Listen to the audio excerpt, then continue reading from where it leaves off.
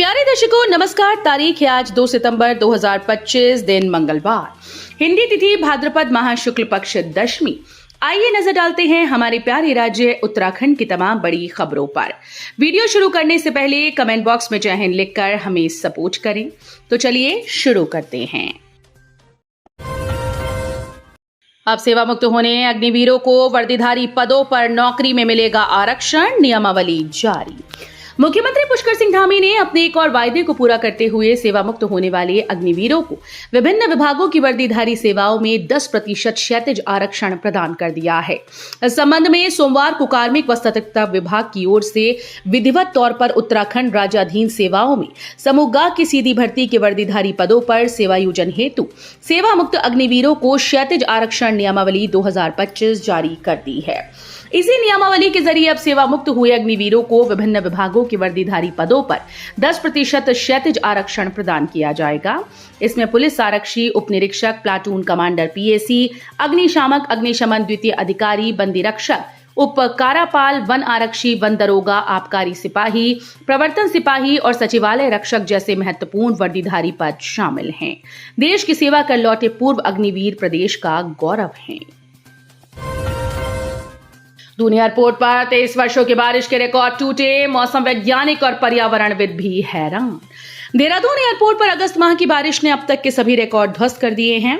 अगस्त माह में देहरादून एयरपोर्ट पर कुल 986.9 मिलीमीटर बारिश दर्ज की गई, जिससे पिछले 23 वर्षों के रिकॉर्ड टूट गए।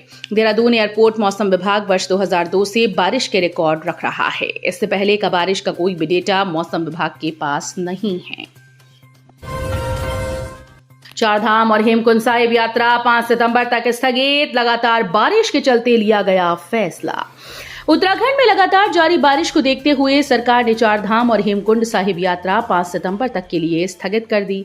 गढ़वाल कमिश्नर विनय शंकर पांडे ने बताया कि भारी बारिश से प्रदेश में कई जगह भूस्खलन, मलबा आने से मार्ग बाधित हो रही हैं। सरकार प्राथमिकता पर सड़कों को खोल रही है, लेकिन यात्रियों की सुरक्षा और सुविधा को देखते हुए फिलहाल चारधाम और हेमकुंड साहिब यात्रा को 5 सितंबर तक के लिए स्थगित किए जाने का निर्णय लिया गया है। उन्होंने यात्रियों से अपील की है कि वे प्रतिकूल मौसम की स्थिति को देखते हुए फिलहाल यात्रा मार्गों पर प्रस्थान न करें। ऋषिकेश कर्णप्रयाग रेल परियोजना बड़ी उपलब्धि, L&T ने 504.2 मीटर आरसीसी लाइनिंग का बनाया रिकॉर्ड।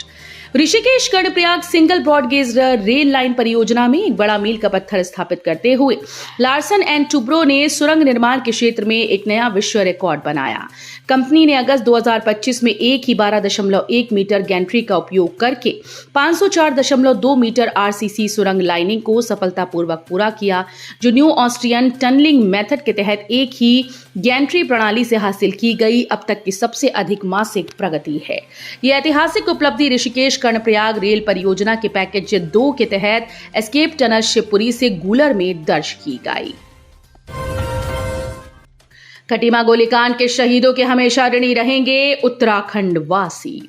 मुख्यमंत्री पुष्कर सिंह धामी ने कहा कि उत्तराखंड राज्य आंदोलन के दौरान खटीमा गोलीकांड में अपना सर्वस्व न्यौछावर करने वाले अमर बलिदानियों भगवान सिंह सिरौला, प्रताप सिंह, रामपाल, सलीम अहमद, गोपीचंद, धर्मानंद भट्ट और परमजीत सिंह को स्मरण करने का है।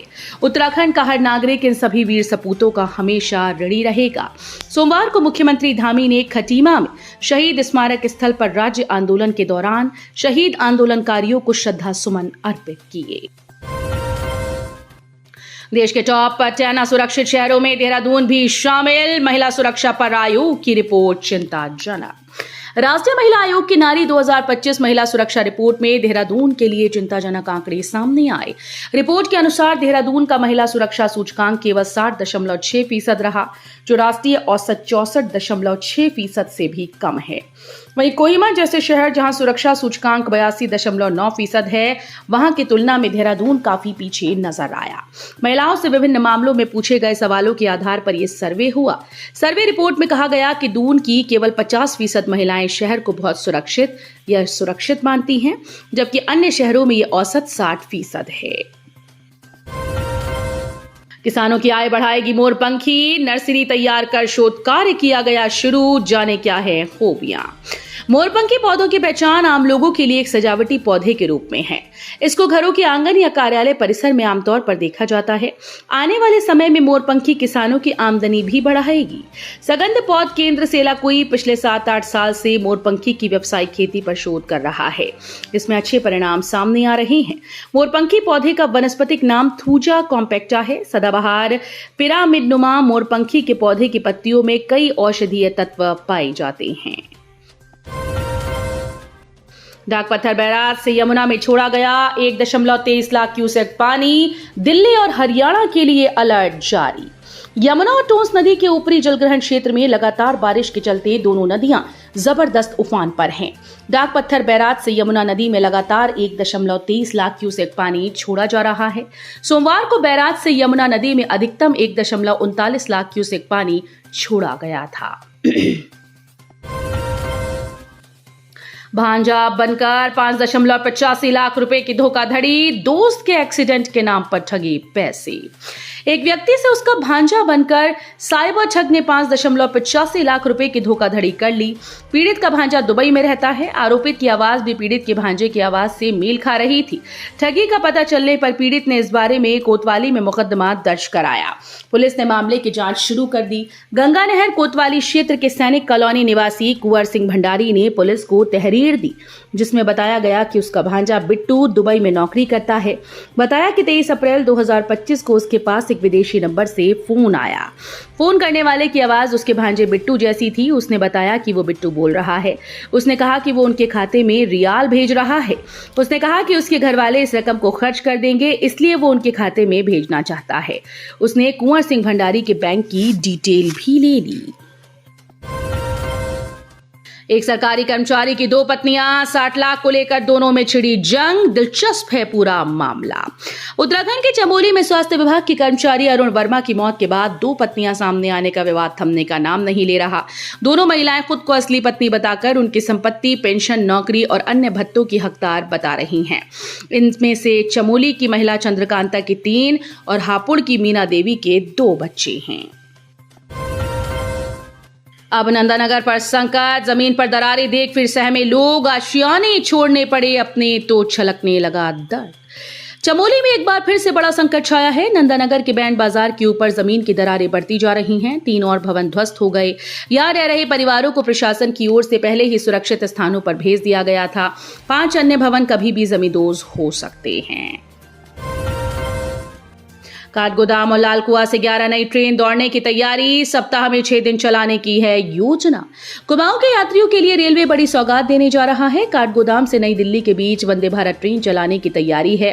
रेलवे ने इस रूट सहित 11 जोड़ी ट्रेन के संचालन का प्रस्ताव भेजा है। बंदूक चलाने वाले हाथों ने रोपी उम्मीदें तो कुदरत ने लुटाया प्यार। पूर्व सैनिक ने ऐसे किया नवाचार। चंपावत जिले के सुई खैसकांडे निवासी 74 वर्षीय पूर्व सैनिक रमेश चंद्र खरकवाल 27 साल से बंजर भूमि को सींच कर लाखों की आय कमा रहे हैं। 50 नाली भूमि को उन्होंने अपनी मेहनत से हरा भरा कर दिया और वो आज गांव के लिए प्रेरणा स्रोत बने हुए हैं। पूर्व सैनिक रमेश चंद्र खरकवाल वर्ष 1998 में सेवानिवृत्त होने के बाद अपने गाँव पहुंचे थे।